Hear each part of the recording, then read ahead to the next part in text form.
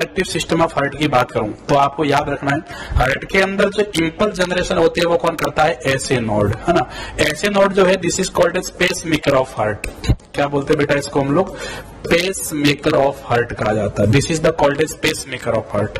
और इस SA node का जो क्या बोलते हैं रेस्टलेस मेम्ब्रेन पोटेंशियल होता है, रेस्टलेस अनस्टेबल पोटेंशियल जो होता है वो कभी फिक्स नहीं होता। ये आपका -55 से लेके -60 मिली वोल्ट के बीच में वेरी कर सकता है, -55 से लेके -60 मिली वोल्ट तक वेरी करता है एसए नोड। और एसए नोड इंपल्स जनरेट करके एवी नोड को देता है। एवी नोड किसी भी इंपल्स को 0.1 सेकेंड तक होल्ड करता है और होल्ड करके आगे ये इंपल्स देता है किसको, बंडल ऑफ हीच को। और बंडल ऑफ हीच से इंपल्स कहां जाते हैं, राइट बंडल ब्रांच और लेफ्ट बंडल ब्रांच के थ्रू आपके पर्किंजी फाइबर के पास आते हैं और उस वजह से हार्ट में कॉन्ट्रैक्शन का प्रोसेस होता है। ये बात याद रखनी है, ओके। चलो, तो यहां पर मैं बात करूं आपके हार्ट की, तो ये हमारा हार्ट है, दिस इज माय कार्डिया। और इस हार्ट के अंदर सबसे पहले किसकी बात करूंगा कि ये जो हार्ट है इसमें जहां पर एसवीसी की ओपनिंग होती है ना, इस एसवीसी की ओपनिंग के जस्ट नीचे यहां पर क्या होता है, एक group of modified myocyte cell होती है। क्या होती है बेटा, group of modified myocyte cells होते हैं। और ये जो मॉडिफाइड मायोसाइट सेल्स होते हैं ना, यही सबसे पहले क्या करते हैं, इंपल्स जनरेट करते हैं। ये इंपल्स जनरेट करते हैं किस रेट से, 60 से लेकर 100 तक। इसलिए इनको क्या बोलते हैं, पेस मेकर। के हार्ट में जितनी भी एक्टिविटी होती है वो इसी की वजह से होती है, that's why called is the pacemaker of heart. किसको बोलते हैं, एसए नोड को। ये है क्या तुम्हारा एसए नोड, कहां प्रेजेंट होगा, एसवीसी की ओपनिंग के जस्ट बिलो के अंदर प्रेजेंट रहता है। एसवीसी की ओपनिंग के जस्ट बिलो में प्रेजेंट रहता है, क्योंकि ये हार्ट में जो भी एक्टिविटी होती है वो सारी के सारी एसए नोड की वजह से ही होती है, इसलिए इसको पेस मेकर ऑफ हार्ट कहा जाता है, ओके। एसए नोड से इंपल्स जनरेट होने के बाद सबसे पहले इंपल्स दोनों के दोनों एट्रियम में जाएंगे। कहां जाएंगे बेटा, दोनों के दोनों एट्रियम में।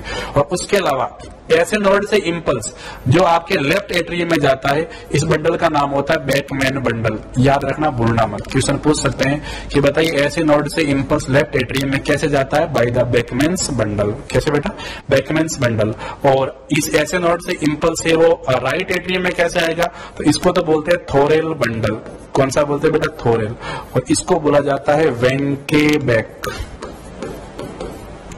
वेंकेबेक बंडल बोला जाएगा। अल्टीमेटली इंपल्स कहां पहुंचते हैं, तो यहाँ सेकंड जो होता है that is called your AV node. क्या है बेटा, ये AV node, this is your AV node. तो ऐसे नोड से इंपल्स निकले कहां पहुंचेंगे, एवी नोड के पास। एवी नोड को गेट कीपर कहा जाता है। ये किसी भी इंपल्स को रिसीव करेगा, उसके बाद ही वेंट्रिकल को देगा। डायरेक्टली इंपल्स एट्रियम से वेंट्रिकल में नहीं जाते।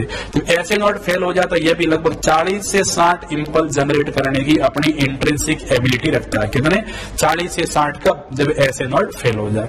ये हमेशा ध्यान रखना, कोई भी इंपल्स जो आता है ना ऐसे नोड से, उसको 0.1 सेकेंड के लिए होल्ड करता है, फिर आगे देता है, डायरेक्टली आगे नहीं देता। और फिर इंपल्स कहां जाता है, ये this is called as bundle of His. Bundle of His के पास जाएगा। और बंडल ऑफ हीच से जो इंपल्स होगा एक तो कहां जाएगा, लेफ्ट बंडल ब्रांच, और एक कहां जाएगा तुम्हारे right bundle branch. Right bundle branch और लेफ्ट बंडल ब्रांच के पास इंपल्स जाएंगे। और अल्टीमेटली जो इंपल्स सारे के सारे है वो कहां जाते हैं, वेंट्रिकल्स के अंदर।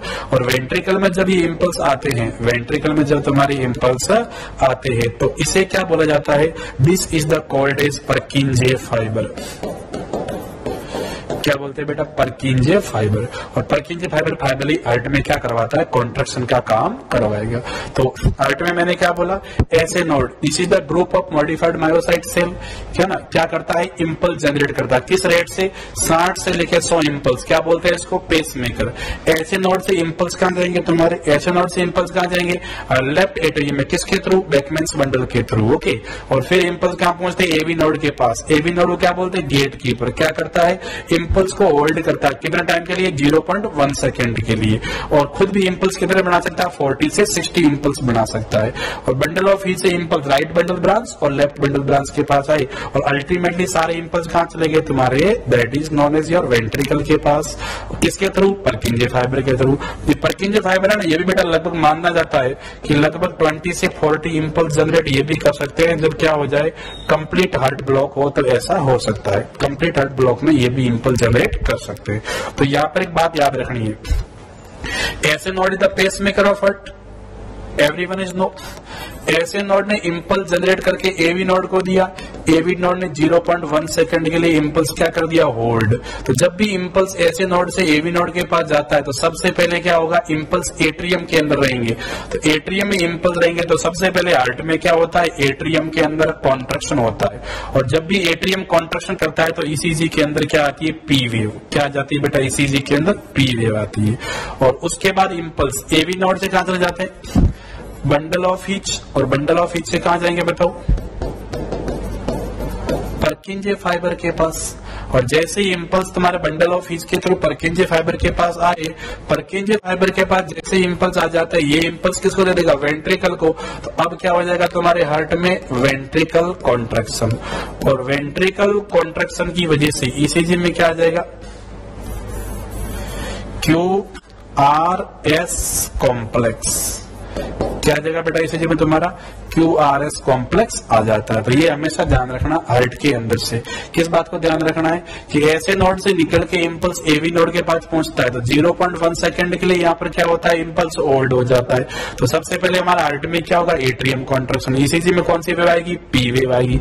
उसके बाद बंडल ऑफ हीच से इंपल्स कहां जाएगा, पर्किंजे फाइबर के पास। तो क्या हो जाएगा, वेंट्रिकुलर कॉन्ट्रैक्शन। और वेंट्रिकल कॉन्ट्रैक्शन होने पर ईसीजी में क्या आता है, QRS कॉम्प्लेक्स आता है। आगे बात समझे बेटे, क्लियर है आप सबको, क्लियर बेटा।